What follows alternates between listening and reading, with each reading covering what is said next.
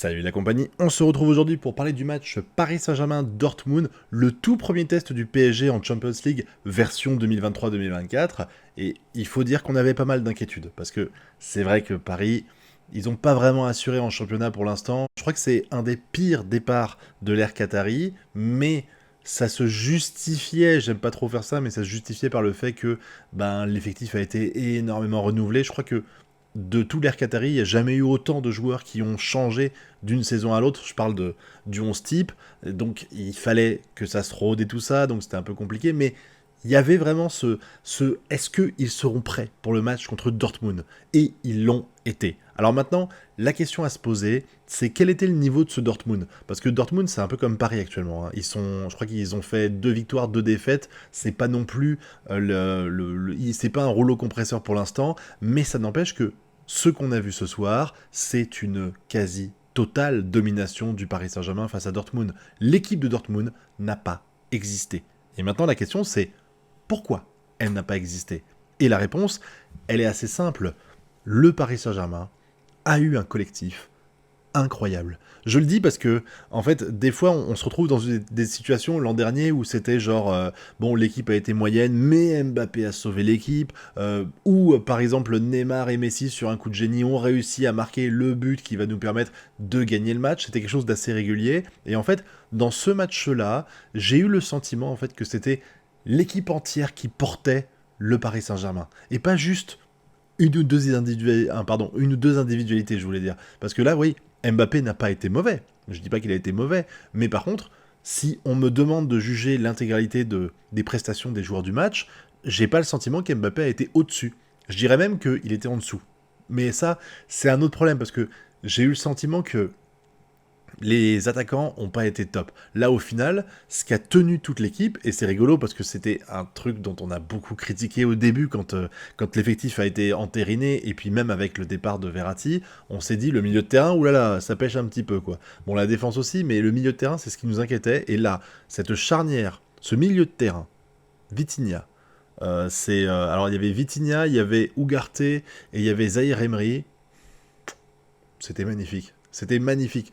Ugarte n'a pas forcément été aussi brillant qu'il l'a été dans les matchs précédents, mais en fait, je pense que sa sérénité et les 2-3 mouvements de génie qu'il va faire, les 2-3 reprises de balles, les 2-3 interceptions, du pass de la défense à l'attaque adverse, ont été tellement magiques que, en fait, tu sens que ces 3 joueurs-là, ils arrivent à se compléter et qu'ils font des trucs incroyables. Après, ça reste que Dortmund, mais il faut quand même respecter Dortmund, c'est pas non plus une équipe de merde. Je veux dire, c'est sûr, c'est pas le Real Madrid, c'est pas Manchester City, mais c'est quand même une grosse équipe en C1. Donc ils ont failli gagner la Bundesliga à une journée près, là ça s'est mal goupillé pour eux à la fin, donc on a quand même face à nous une grosse équipe, on le sait, de toute façon les 3 équipes qui sont face au Paris Saint-Germain cette saison, enfin en tout cas en poule, il y a du gros niveau, il n'y a pas une équipe où tu te dis on va les poutrer 8-0, donc quand même, il y a du répondant derrière, et soit ils ont été mauvais, mais moi je pense plutôt qu'ils ont été éteints. Dortmund a été éteint par un milieu de terrain brillantissime, enfin le milieu de terrain, pas juste un joueur, et aussi par une défense qui n'a pas fait beaucoup de boulettes au final.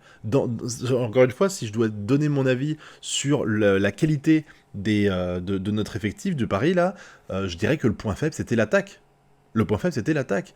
Parce que globalement, je trouve qu'ils n'ont pas fait des choses très brillantes, que ce soit Mbappé, Kolo Muani ou Dembélé. Alors Dembélé, il a fait, à un moment donné, il m'a surpris, il fait une attaque sur le couloir droit, là, et il est face à l'adversaire, le défenseur, j'ai oublié son nom, je suis désolé, et d'un coup, boum, il accélère d'un coup, et j'ai fait, waouh, la vitesse qu'il a mis, c'était incroyable, mais je trouve qu'il n'a pas été percutant, en tout cas au niveau du but, je crois qu'il a fait qu'un tir, et on sait même pas s'il était cadré, parce il a été contré. De l'autre côté, t'as Kolo Muani. J'avais dit avant le début du match que j'avais un peu peur parce que je trouve qu'il est pas en forme actuellement, tu sais, avec l'histoire du je fais grève, je m'entraîne pas avec Francfort, tout ça, tu sens qu'il est pas arrivé en pleine forme au Paris Saint-Germain, et ça se ressent encore aujourd'hui, j'ai l'impression, et je croise les doigts pour que ce soit que ça, parce que si c'est parce que il est juste pas à niveau ou autre, ça m'inquiéterait beaucoup. Et Mbappé, il a marqué le premier but évidemment sur penalty, fallait le mettre quand même, hein, on va pas dire c'était de la merde.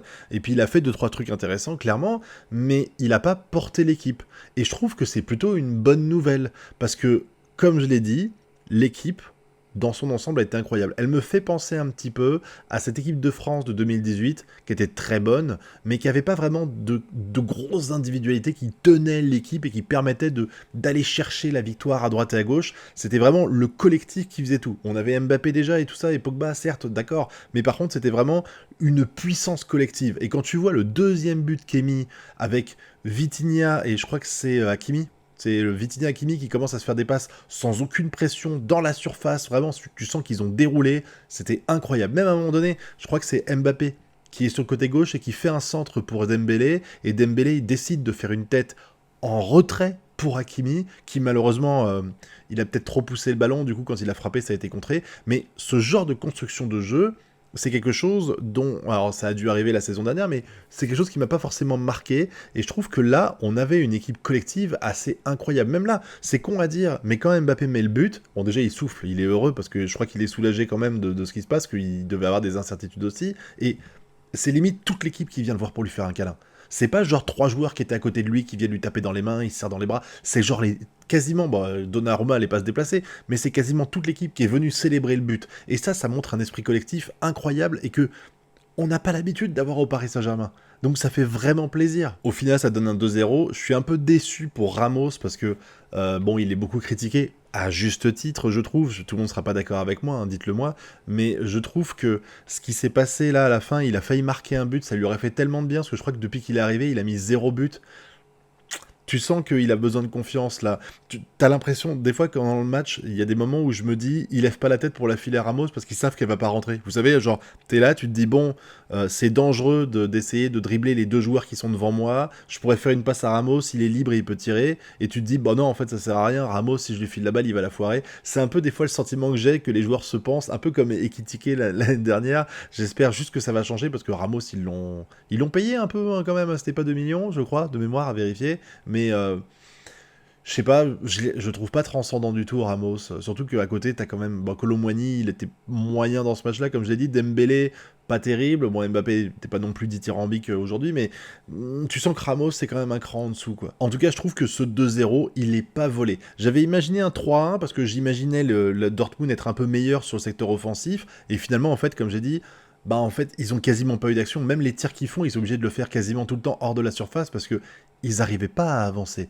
Pas forcément parce que les défenseurs étaient trop forts. Je trouve par exemple que notre cher Skriniar, qui s'en prend un peu plein la gueule depuis quelques temps, à juste titre, a pas été terrible. C'est là que tu te dis putain, il faut Kimpembe quoi. Ou Kimpembe, ou faire revenir Hernandez dans le centre. Et puis dans ces cas-là, tu remets sur la gauche Nuno Mendes. C'est un peu, à mon avis, ce qui va se passer quand il sera de retour, même si là, Hernandez, j'espère qu'il a rien de grave, hein, parce qu'il a dû sortir à la fin, il boitait et tout ça. On a déjà pas mal de gens dans l'infirmerie, n'en ajoutez pas un autre, hein, parce que mine de rien, on a quand même gagné 2-0. Sans Asensio, sans Nuno Mendes, pour moi, c'est les 2 clés, enfin, c'est pas les 2 clés, mais c'est 2 joueurs qui sont, pour moi, en théorie, dans le 11 titulaire, donc ben, c'est quand même une belle perte, parce qu'à côté de ça, je crois que Dortmund, il manquait que Meunier, donc c'est quand même bien, et puis il faut dire aussi un truc, c'est qu'on a peut-être gagné 2-0, avec un penalty, et une action pas bordélique, je trouve qu'elle est très bien construite, et elle est vraiment symptomatique de ce que fait actuellement le coach pour l'équipe, la façon dont il veut qu'on joue, mais on aurait pu en planter beaucoup plus. Je veux dire, honnêtement, là, ce match-là, c'était une totale domination de Paris, avec Dortmund qui a été éteint. Bon, par contre, avant de conclure, je voudrais préciser un petit truc à propos de Luis Enrique, parce que tu sens la patte de Luis Enrique dans la façon de jouer. Il y a quelque chose qui me perturbe des fois, qui me frustre, je sais pas si c'est le cas tout le temps, mais il y a vraiment cette idée de possession de balle qui me choque pas, au contraire, j'aime bien, parce qu'en plus ça fatigue les autres adversaires, donc, et puis c'est beau de les voir réussir à garder le ballon, conserver bien le ballon, attendre le bon moment pour réussir à passer, mais tu sens une certaine fébrilité, une certaine crainte de la part des joueurs, genre à un moment donné, je crois que c'est à la fin du match, c'est genre à 77e ou à 80e, on gagne déjà 2-0, sauf un malentendu, on devrait gagner le match, et on lance Dembélé à droite, et en fait Dembélé, il pourrait continuer, il est à peu près après le milieu de terrain adverse, donc on est dans le camp adverse, il pourrait tenter, au pire s'il rate, bah, l'adversaire récupère la balle, et puis il relance, mais comme on est déjà en bloc défensif, enfin comme on est déjà dans notre ligne à nous, c'est pas comme s'il pouvait faire une contre-attaque et tout se niquer, donc Dembélé il est devant ce joueur, et en fait là, le réflexe qu'il a, c'est de se retourner, et passer à un allié, enfin à un coéquipier derrière. Ça me choque pas, tu vois, mais des fois, je pense qu'ils sont un tout petit peu trop matrixés par le fait que Luis Enrique veut absolument une conservation du ballon, parce que là, il y avait peut-être moyen d'en planter un troisième. Alors, ça a été juste pour le fun, mais je trouve que des fois, les joueurs, je les sens se brider. Dans des moments où ils pourraient aller au duel, ils n'y vont pas, parce qu'ils doivent se dire, ah ben non, le coach, si je perds le ballon là, il va m'engueuler après, alors que si je me retourne, il y a peut-être un joueur à moi qui est derrière, qui pourra peut-être tourner le jeu de l'autre côté ou autre. On sent un petit peu ça. Mais on le sent aussi de façon positive de temps en temps. Je vous dis, la tête que Dembélé fait en retrait, là, c'est magnifique. C'était un pur kiff. Même le jeu dans la surface de Hakimi avec Vitinha. Non, c'était avec... Oui, c'est Hakimi Vitinha. C'était magique. C'était magique. Vraiment, on a assisté à un PSG qui a déroulé avec un Luis Enrique qui est en train d'imposer sa patte au Paris Saint-Germain. On le voyait déjà, mais c'est de plus en plus probant. Et c'est quand même beaucoup plus positif que négatif. Hein. Je fais une remarque par rapport à Dembélé parce que je l'ai vu et que ça m'a un peu choqué. Genre, j'étais là, mais avance, qu'est-ce que tu fais? Pourquoi tu passes en retrait? Il y avait une contre-attaque à mener. Mais ça reste anecdotique. Au final, on a eu les 3 points. On est premier du groupe parce que de l'autre côté, Milan et Newcastle ont fait 0-0. J'ai vite fait vu les notes du match, il n'avait pas l'air transcendant ce match-là. Donc on a déjà pris une belle option. Parce que ça va être un groupe qui, mine de rien, va être difficile. Mais comme je l'ai dit, même si c'est un groupe dur, des 4 équipes, sur le papier, on est la meilleure.